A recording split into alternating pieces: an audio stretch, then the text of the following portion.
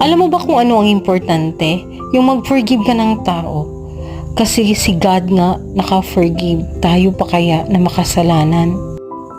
Kung isa sa inyo ay nadapa, magtulungan kayo para bumangon para sa ikasasaya ng pamilya nyo. Isipin mo na ang asawa mo ay kasama mo habang buhay hanggang sa pagtanda niyo.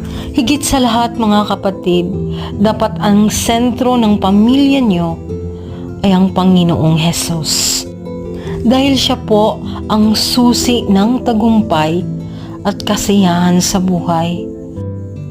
Pag nandun si Jesus sa mga puso niyo, natuto kayong makontento. Maliit man o malaki. Sana may napulot kayong aral sa kwentong ito.